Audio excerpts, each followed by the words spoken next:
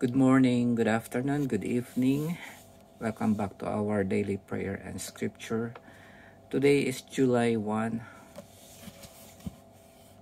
Tuesday. Ang mabuting balita ng ating Panginoon ayon kay San Mateo chapter 8, verse 23 up to 27. Papuri sa iyo, Panginoon. Sumakay si Jesus sa bangka kasama ang kanyang mga alagad. Bumugso sa lawa ang isang malakas na unos at halos matabunan ng mga alon ang bangka. Ngunit natutulog noon si Jesus. Kaya't nilapitan siya ng mga alagad at ginising. Panginoon, tulungan ninyo kami, sabi nila. Lulubog tayo. At sinabi niya sa kanila, ano't kayo'y natatakot? Napakaliit naman ng pananalig ninyo. Bumangon siya, sinaway ang hangin at ang dagat at tumahimik ang mga ito. Namangha silang lahat at ang sabi, anong tao ito?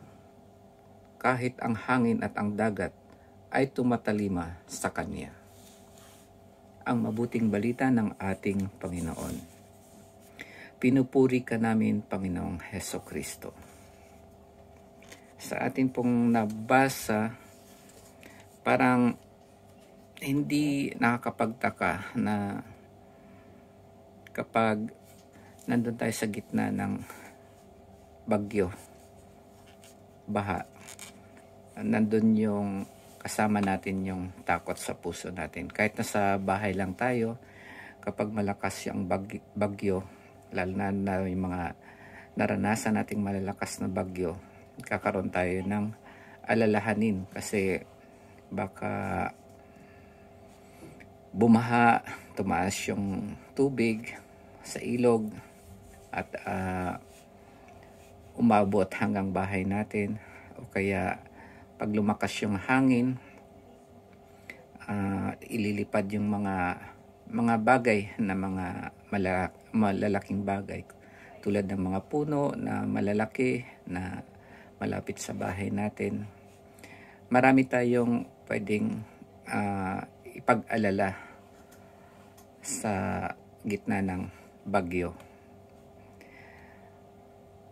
Ito ay nasa loob tayo ng bahay o kung saan man. Pero ang naranasan itong mga alagad ng Panginoon ay nasa gitna ng lawa o lawa kasi sinasabi dito. Pero meron din ng sea. Kaya kung saan sila nakatayo, doon sila sa loob ng bangka, which is hindi siya stable. Kapag malakas ang alon, sigurado madali silang matumba o kaya mahirap tumayo. At talagang nandun yung matatakot ka dahil sa lakas ng alon. Tapos may kasama pang hangin. Itong bagyo na nasa dagat. Kaya parang maiintindihan natin kung gano'n na lang yung takot ng mga alagad ni Jesus nung magkaroon ng bagyo. Pero ang sinabi ni Jesus, ano kayo't natatakot?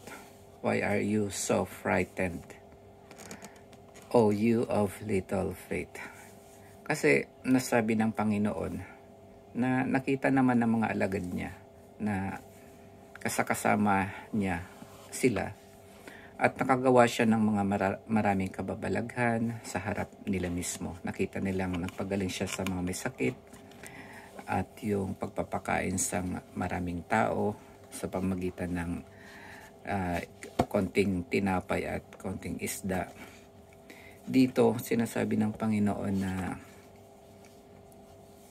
dito nasusukat yung pagkakilala nila sa Panginoon. sabi nga nila dito sa pang-last, anong tao ito? Hanggang dun lang yung kaalaman nila sa Panginoon.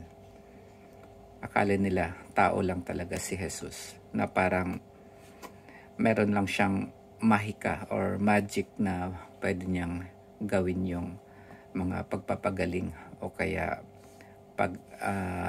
paparami ng pagkain. Ang hindi nila alam siguro during that time na si Jesus ay hindi lamang tao, kundi isang ganap na Diyos. Kaya ang sabi ng Panginoon,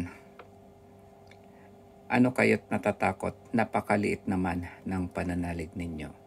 Siguro kung alam nila ito na ang kasama nila ay isang Diyos na lumikha ng langit at lupa, siguro katulad din sila ni Jesus na matutulog na lang at hahayaan lang kung anong nangyayari sa paligid nila. Sa panahon natin ngayon, malinaw sa atin na si Jesus ay hindi lamang tao kundi ganap na Diyos. Kaya yung itong bangka, kung ang bangka ay parang simbolo sa buhay natin Kristiyano, kung malakas ang bagyo at yung bangka na kinalalagyan natin ay yung parabang magalaw o kaya hindi siya stable. Ibig sabihin nun, siguro ang ating pananampalataya ay parang hindi siya ganun kalakas sa Panginoon. Kaya dito sa mabuting balita na ating pakinggan, sinasabi na Jesus na manalig tayo sa Kanya, huwag tayong matakot. Kung mayroon man tayong alinlangan sa buhay, sa ating pananampalataya, si Jesus ang siyang magbibigay sa atin ng mas malaki pang pananalig at pananampalataya.